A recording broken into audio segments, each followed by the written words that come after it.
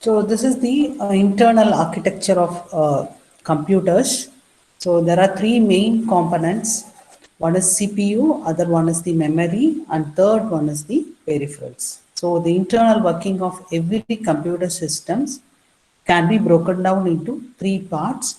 One is CPU, that is this is the main heart of the circuit, and memory and I/O devices, peripheral devices. So the function of the CPU is to execute information, that is execute the information stored in memory. Okay. So it will execute the information stored in memory. So that information can be data or instruction. Data or instructions. So the function of I/O devices is to provide a means of communication with CPU. Okay, your peripherals can interact with the CPU through address bus and data bus, and also user interact to the CPU via peripheral devices. Okay, and your CPU is connected to memory and I/O through group of wires called bus. So we have three buses: address bus, data bus, and control bus. Actually, the bus carries information from one place to the another inside the computer. So in every computer, there are three types of buses. One is address bus, second one is the data bus, third one is the control bus. Okay. So through this buses, your CPU can send or receive the data, and also your memory and peripherals can be interfaced with the CPU through address and data bus. Okay.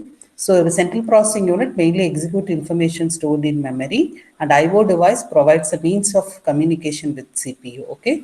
And we have two memories. One is RAM memory, another one is the ROM memory. So RAM memory is for temporary storage of programs. Okay.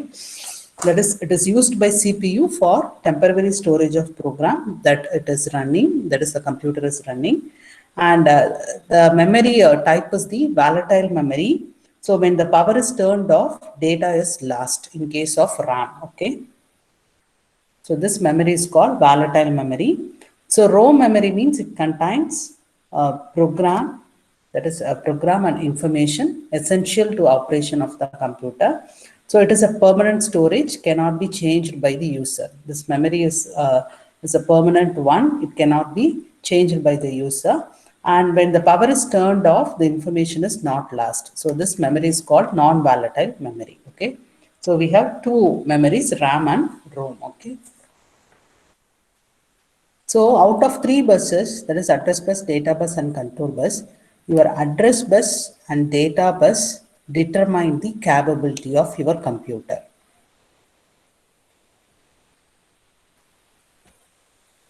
So the computer capability can be determined by address bus and data bus. So first we will see about the address bus. Okay.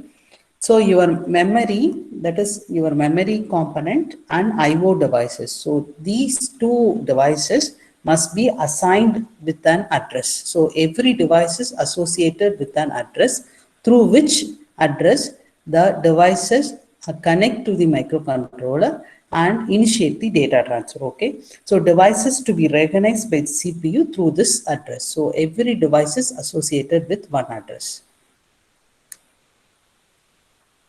So it can be a 8-bit address or 16-bit address through which your processor can communicate and initiate the data transfer. So addresses assigned to a given device must be unique. So every device is associated with one address. That address must be a unique address. So no two devices are allowed to have the same address. Okay. So that is the important point involved in the address bus information. That is, CPU places during the process, the CPU places the address on the address bus, and the decoding circuit finds the device. Okay. So when the CPU places the address on the address bus, the role of a decoding circuit, first it will find the device, whether the device is a memory device or peripheral device. Okay. Then CPU uses the address bus either to get the data from the device or to send the data to it. So that is the purpose of data bus. Okay. So what is the purpose of address bus? To recognize the device address, first your CPU places the address on the address bus, and the decoding circuit may be internal or external, that will find the device. So that device can be memory device or peripheral device. And after identifying the device, your CPU uses the data bus, okay, either to get the data from the device or to send the data to it. So that is the role of your data bus. Okay. So that's all about this block diagram. So your data buses, there is CPU uses data bus either to get the data from memory or peripherals or to send the data to memory or peripherals. And third bus is the control bus. So what is the purpose of control bus?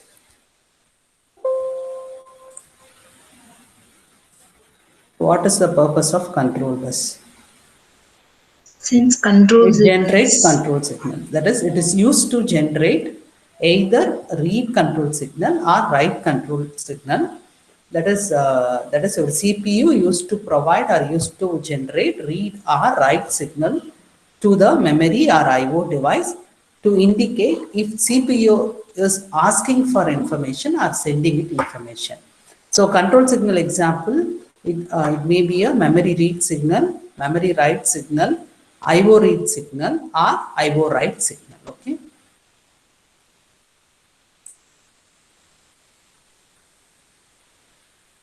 So out of these three bus, address bus and data bus determine the capability of computer. So next slide talks about more information related to your address bus and data bus. First, we will see the features of this data bus. Okay.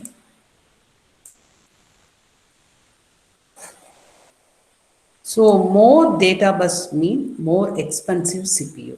Okay, if the data bus size is large means the CPU may be expensive. Okay, so the average size of the data bus in CPU varies between 8 and 64. Okay, for example, for early computers such as Apple II used an 8-bit data bus, the older version. It uses 8-bit data bus, while supercomputers use 64-bit data bus.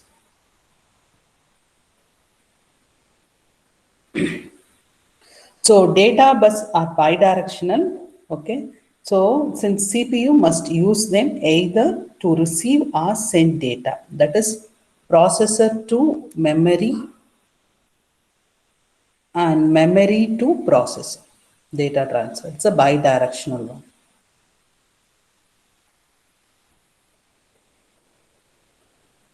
Suppose if your 8086 processor is the 16-bit processor, okay?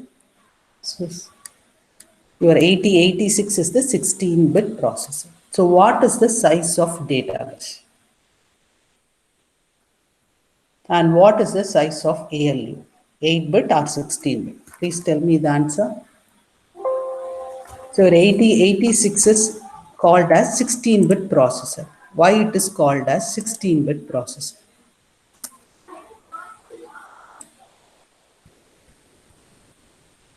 Can you understand my question? Your 8086 is a 16-bit processor. So what is the size of data bus? 16-bit or 8-bit? And what is the size of ALU? So the processor is 16-bit means it's capable of performing 16-bit operation. So what is the size of ALU? The size of ALU is 16-bit. Similarly, your database can carry 16-bit data. So here the processing power of the CPU is related to the size of the data bus. Okay. Suppose if the data bus size is 8-bit, okay, it can send out 1 byte of data. It can hold 1 byte of data at a time. Suppose 16-bit bus means it can send out 2 bytes at a time, okay. So which is twice as fast. Okay, compared to 8-bit. 8-bit data bus means it can send out 8-bit of data. Suppose in case of 16-bit, it can send out 2 bytes at a time, which is twice as fast. So the processing power of the computer or microcontroller or microprocessor is related to the size of the data bus. Is that clear?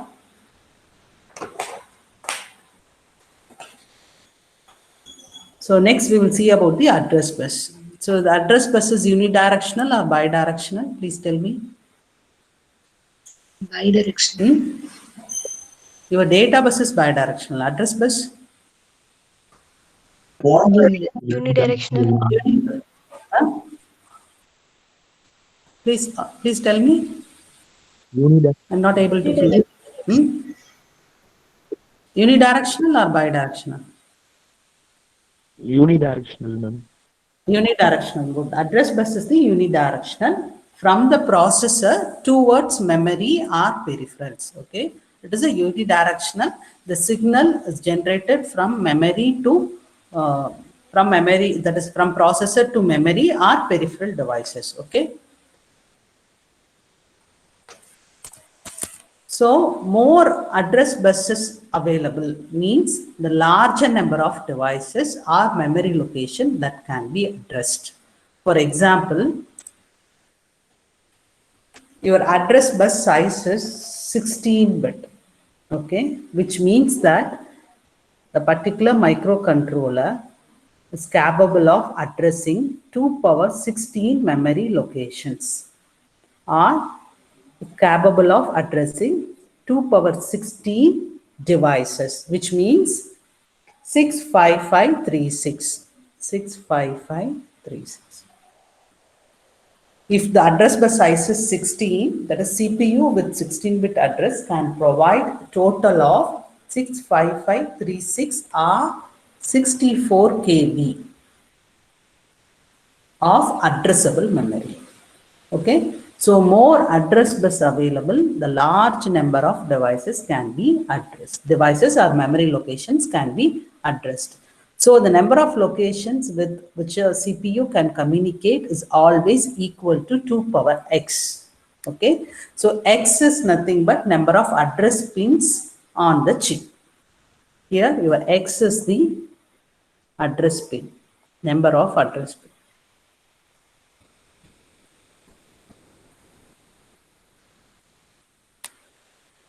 So in other words, the number of address buses for a CPU determines the number of locations with which it can communicate. Okay.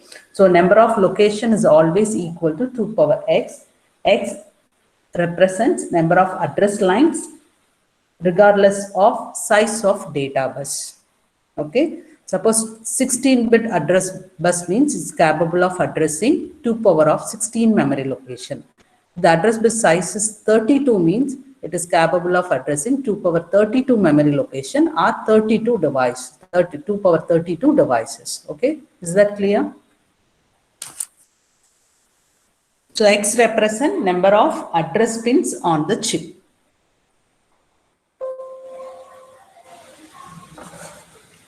So what is the size of address bus in 8086 processor?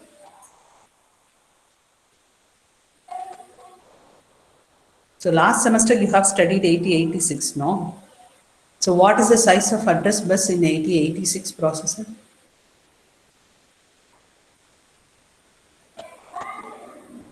Can anybody unmute and tell me the answer? What would be the answer? So what is the size of address bus? Since it is a 16-bit processor, the size of data bus is 16-bit. So what is the size of address bus?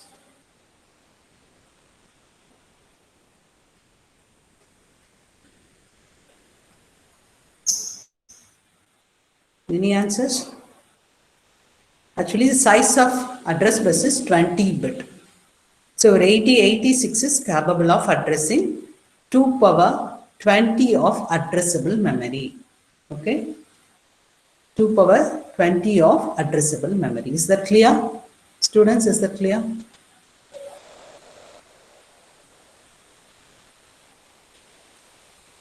Am I audible? Is that clear? So what is the size of a address bus in 8086 processors? 20-bit address bus, okay? So it's capable of addressing 2 power of 20 memory location. That is 2 power of 20 addressable memory, okay?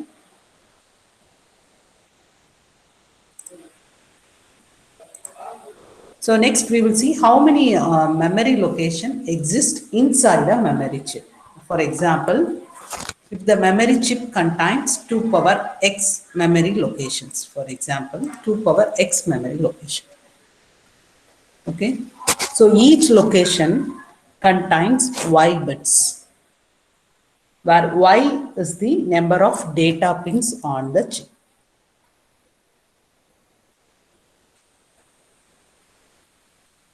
Your x is address pin.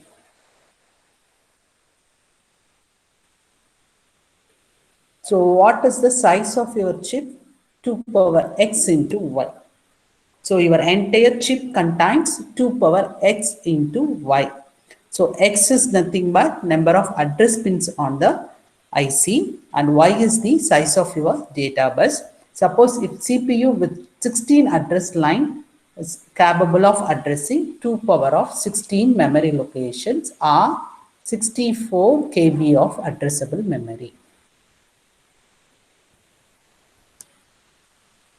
So each location can have maximum of 1 byte of data. 1 byte of data means the size of data bus is 8 bit. So in case of this case, that is this example, size of address bus is 16 and size of data bus is 8 bit. So each location can have maximum of 1 byte of data. Okay. So this problem you have to find how many address lines required for accessing data in 8K RAM. So find out the answer. 8K RAM. So here, please look at the table. Suppose if X is equal to 10, that memory chip is capable of addressing 1 kilobytes of memory location. Suppose X is equal to your address bus size is 11 means it's capable of addressing 2 KB. 20 means capable of addressing 1 MB. Okay. So you have to find the address lines required for accessing this memory element, 8K memory, 8K RAM. So how many address lines are required? So what is the answer? 13. 13. 13. So the address line required 13. 13, that is X is equal to 13 means it is capable of addressing 8 kilobytes of addressable memory. Okay. So for the first question, the answer is 2 power 13. That is 13 address lines are required. 13 address lines are required. And your memory capacity, let's assume the data bus size is 8 bit. So the memory capacity is 2 power 13 into y. Y is 8 according to this formula. It is 2 power x into y. So 2 power x into y. So 2 power 13 into 8. So this is the capacity of 8K RAM. And memory organization can be represented in this way, that is 8K into 8. So this particular memory IC capable of addressing 8 KB memory location, the size of data bus is 8 bit. So in this way, we can represent the memory organization, 8K cross 8. Here 8K represents your address bus and this 8 represents your data bus. So to understand your 8051 architecture, okay, this memory representation is very important. So any doubts regarding the memory representation? That is 2 power x into y. Ma'am, Yes. ma'am, while representing the capacity of the memory, why do we add into 8, ma'am? Isn't it just the 2 power Actually, x? it's a representation. It's a default representation. We have to use this format. That is 2 power 13 into 8. That is 2 power x into y. Mm. So all the computer system following this format. That is x is nothing but your number of address pins and y is nothing but your number of data pins. Data. Hmm. Okay. Any other doubts?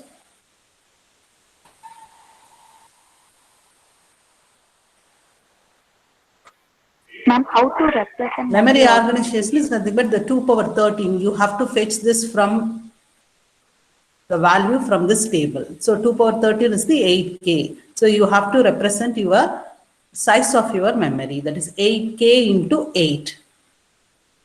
Which means that from this format, we can understand the memory size is 8K and database size is 8. Is that clear? Yes, ma'am. So 8 KB memory. So this particular IC is capable of addressing 8 KB memory locations. And each memory location can hold 8 bit of data. So this 8 is nothing but your data bus representation. So every memory location can hold 8 bit data alone, not 16 bit. Okay. So from this representation, we can understand that is, we can observe the size of your memory and also size of your data bus. Is that clear? Shall we move on to the next topic? Yes, ma'am. Okay. So next difference between microprocessor and microcontroller. So just you observe this block diagram and tell me the differences. So what are the differences between your processor and microcontroller?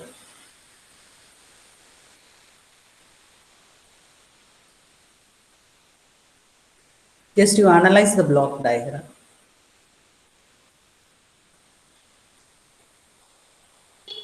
Everything exists as a single unit in In microcontroller or microprocessor? microcontroller. Controller. Yes, Microcontroller, ma'am. microprocessor, They exist as separate units. all are externally, all The the units. existence of bus, ma'am. Yes, ma'am? Yes. Yes, tell me the answer. Ma'am, in microprocessor, there are existence of address bus and data bus. That is also available inside in microcontroller. I am talking about units. They exist as Hardware separate. units. Everything are separate. Okay, that is a good point in case of microprocessor. Microprocessor, the CPU is standalone one. So it is mainly for general purpose application. So the microprocessors contain no RAM, no ROM, no IO ports, no timers, and serial communication ports on the chip itself. Okay.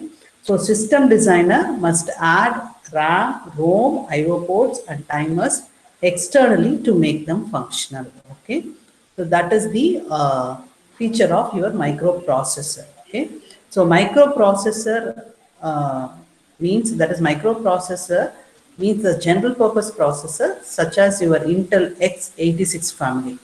That is 8086 processor, 8286 processor, 8386 processor, such as Pentium, Motorola. So these are the examples of microprocessor. Your CPU is standalone one. So designer must add RAM, ROM, IO ports, and any other peripherals to incorporate, that is to implement the functionality. Okay, in case of microcontrollers, look at this diagram. So your processor, RAM, ROM, IO ports, timer, all are embedded together on a single chip. Okay, so it has a CPU in addition to fixed amount of RAM and ROM, IO ports, timer, all on a single chip. Okay. Can you differentiate these two, microprocessor and microcontrollers? Here, everything are externally connected. Here, everything are integrated in a, that is together on a single chip. That is computer on chip. Okay. So, which one is cost effective, microprocessor or microcontroller? Microcontroller. Why? What is the reason? Because as everything is integrated as a single unit, Everything are integrated in a single unit. So cost wise, that is cost effective is microcontroller compared to microprocessor because addition of external components. Yeah, adding external components make this system bulkier and much more expensive. But the limitation of microcontroller is the amount of memories are fixed here. So fixed amount of on-chip RAM and ROM. Okay. So, but here your designer can decide the amount of memory. So that is the limitation of microcontroller. Here, in case of 8051, the internal ROM memory is limited to 4K. Similarly, in RAM, the internal memory is restricted to 128 bytes. Okay, suppose if your program exceeds 4K, additionally we have to integrate external memory. So that is the limitation of your microcontroller. But cost wise, your microcontroller is very low cost, that is inexpensive. And also it's mainly applied for embedded system applications. Okay. So please note down the differences between microprocessor and microcontroller. It's a very important question in your first unit. Please note down the differences.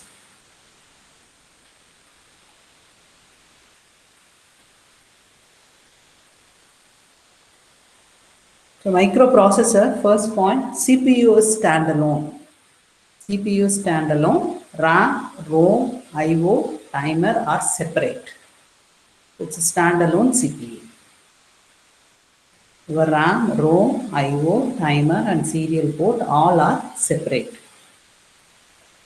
Here all are on a single chip. Microcontroller all are on a single chip.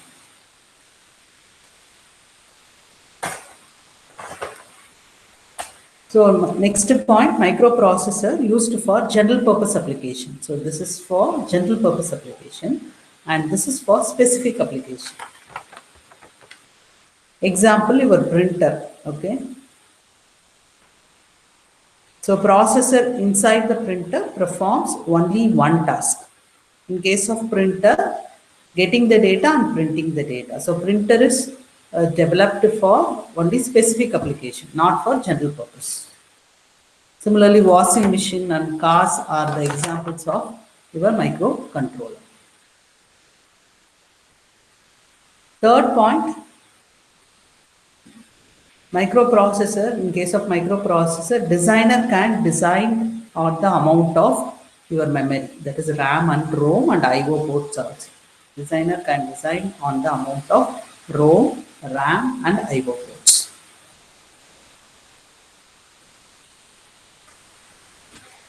Here your memory size is limited, RAM and ROM, that is fixed amount of RAM and ROM.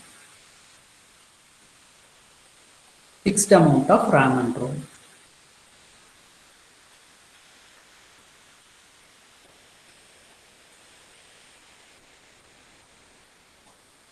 Fourth point, microprocessors are expensive one and microcontrollers cost effective.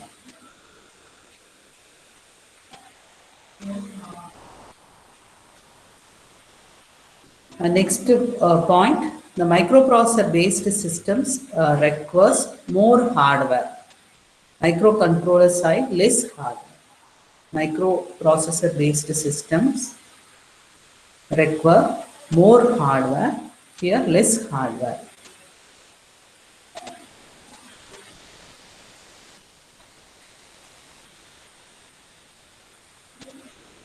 So next, my question is, in the design point of view, which one is more flexible, microprocessors or microcontrollers?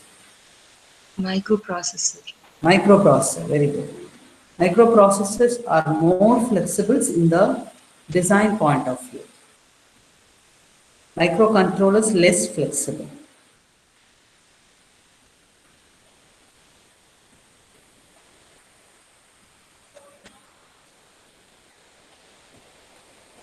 Another important point, next point, in case of access time. Once again.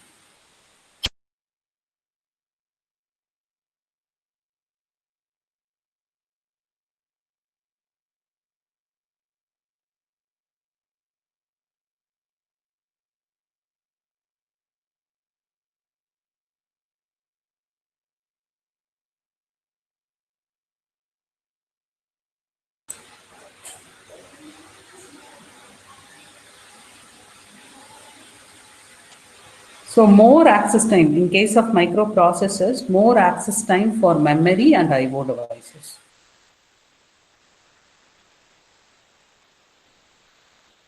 Because the memory and I/O devices are externally connected, so more access time required for memory accessing and I/O device accessing. In case of microcontroller, less access time because it has built-in memory and I/O device. Okay, so these are the differences between microprocessor and microcontroller.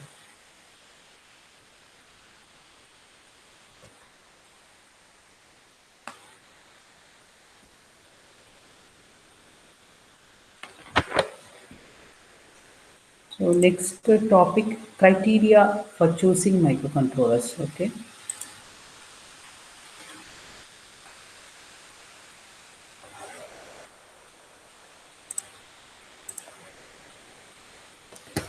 So there are 4 major 8-bit microcontrollers. Okay. One is the Freescale 68HC11. So this is the 8-bit microcontroller. And next one is from Intel, that is 8051. This is the second microcontroller. And third one is the Z80. Fourth one is the PIC 16X from Microchip Technology. Okay. So there are 4 major 8-bit microcontrollers. So each of these microcontrollers has unique instruction set and register set. Okay. So therefore they are not compatible with each other, which means the program written for one microcontroller will not run on the another. Okay. There are also 16-bit and 32 microcontrollers made by various chip manufacturers. So for developing any embedded product, choosing the microcontroller is very important. For that, we have to consider 3 important criteria. One is the meeting the computing needs and availability of the software development tools. And third one is the wide availability of reliable sources of microcontroller. Okay.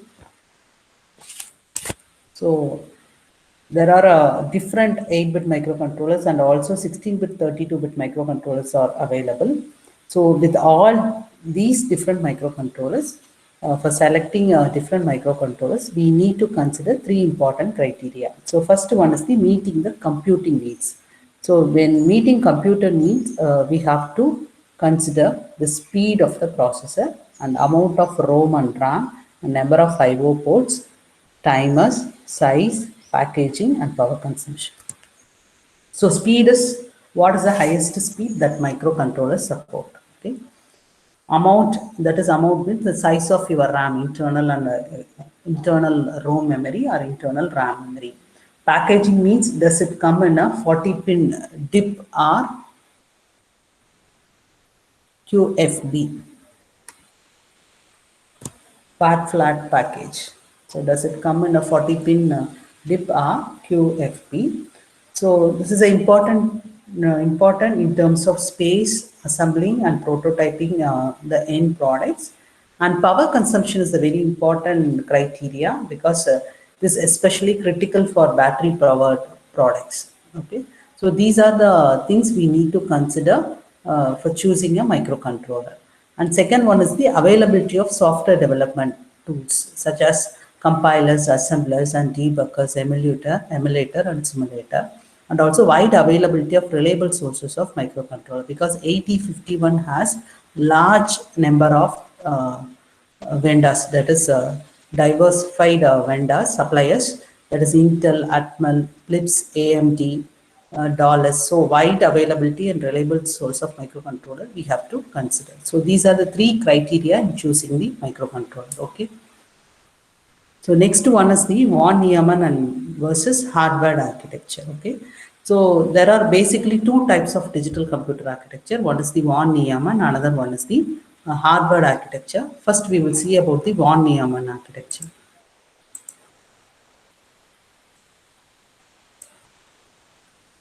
So this von Neumann computer has single storage system, that is single memory, okay, for storing data as well as program to be executed. That is, this memory can hold data plus code, that is program to be executed. So in this architecture, your CPU needs 2 clock cycles. CPU needs 2 clock cycles to complete an instruction, that is to execute an instruction. So in the first cycle, the processor gets the instruction from memory and decode it. So first cycle,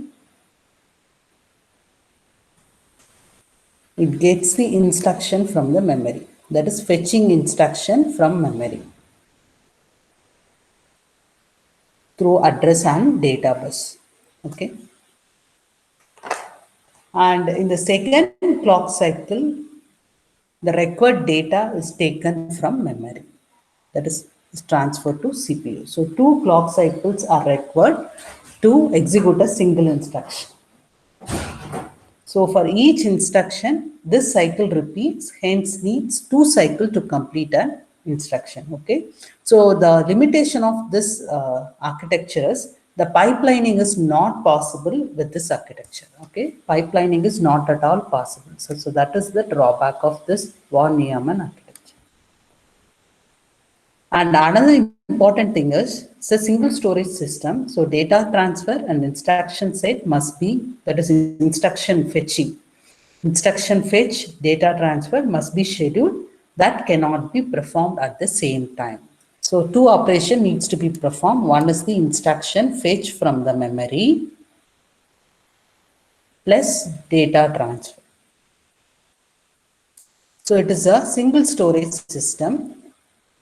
So data transfer and instruction fetch must be scheduled. They cannot be performed at the same time. That is, cannot be performed simultaneously. So that is the limitation of von Neumann architecture.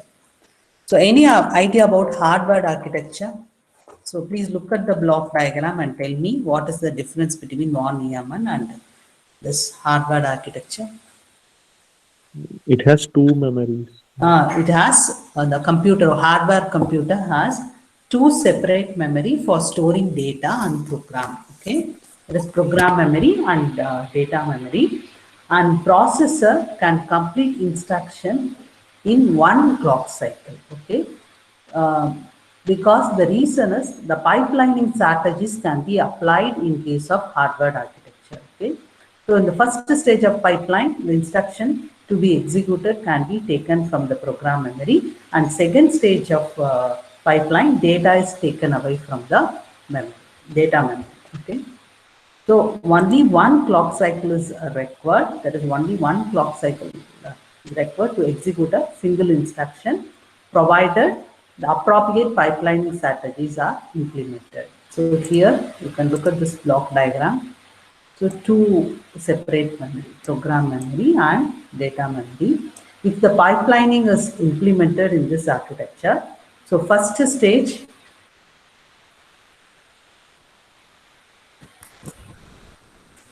the instructions are fetched from program memory first. That is, opcodes of your program are stored in the program memory. So the first stage, fetch stage, is fetching the opcodes from program memory. The second stage of the pipelining is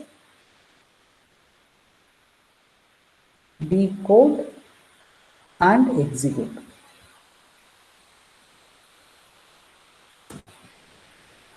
So data is taken from data memory using decoded instructions are addressed. Okay. So your 8051 follows Harvard architecture. Is that clear? So two separate memories are available in case of 80 or 51. One is the program memory, another one is the data memory. And for each instruction execution, it requires only one clock cycle, but in case of von Neumann, it requires 2 clock cycle. And pipelining strategies are not at all possible in von Neumann architecture. So your 8051 follows this Harvard architecture. Any doubts regarding this computer systems, von Neumann and Harvard? Students, please respond. Ma'am? Yes. Which architecture has the highest speed, ma'am? Actually, Harvard has high speed, but depends on the application, it may vary. But in case of a high-end processor, high computing processor, that is the latest ARM Cortex follows von Neumann alone. It follows von Neumann. And ARM 7 follows Harvard architecture. So it's based on peripherals and memory environment. Both the architectures are advantageous only. That is depends on the requirement of microcontroller vendors. And depends on your application. So based on the application, the advantage may differ for each architecture. So in your case, your 8051 follows Harvard architecture. So that depends on your I/O peripheral interfacing and also memory.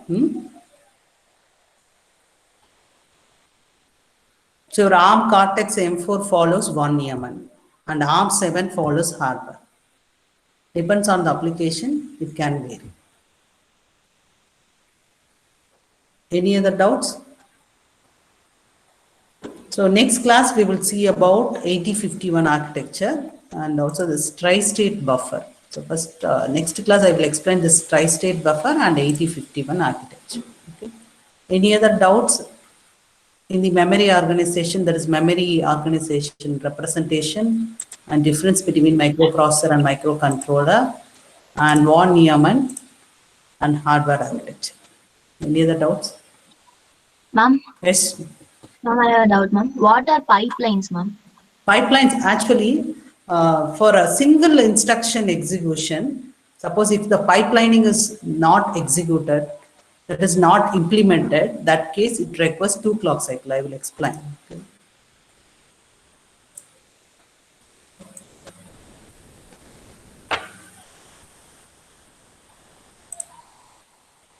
Suppose if appropriate pipeline is implemented, so we have 3 stages.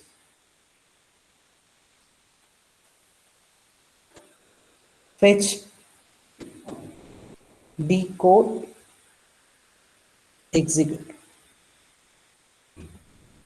The first cycle, during the instruction execution, first your processor fetches the opcode from the memory. Okay. After fetching the opcode, it will decode the instruction. Okay. And second cycle, during the decode operation, it will fetch the next instruction. During the execution of decode, parallelly it will fetch the opcode, and during the execution it will decode and execute the instruction. So it's a parallel operation. So the speed of execution will be increased in case of pipelining implementation. But in case of pipelining, that is in case the pipelining is not at all implemented, that case, single step execution. First your processor fetch the instruction. It requires 1 clock cycle. Next, decode. It requires 1 more clock cycle. Here it requires 3 clock cycle.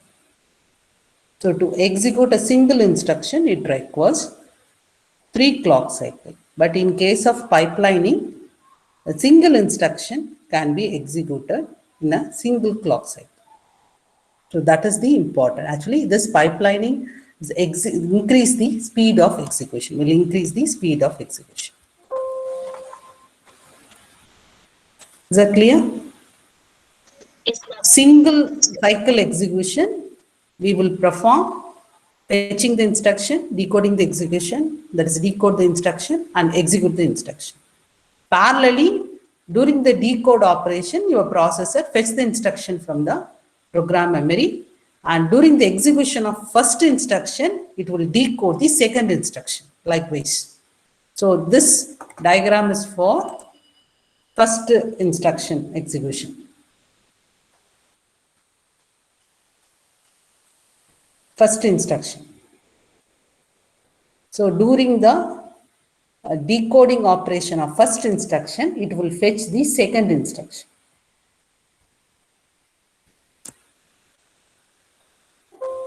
So this operation is the sequential operation.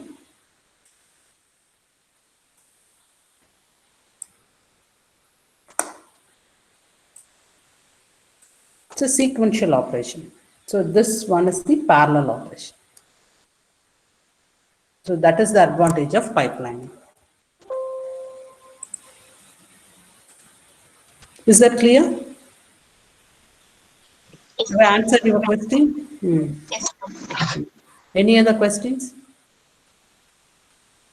So next class we will see about the 8051 architecture. Okay. Thank you. Thank you. Thank you. Thank you, ma'am. Thank you.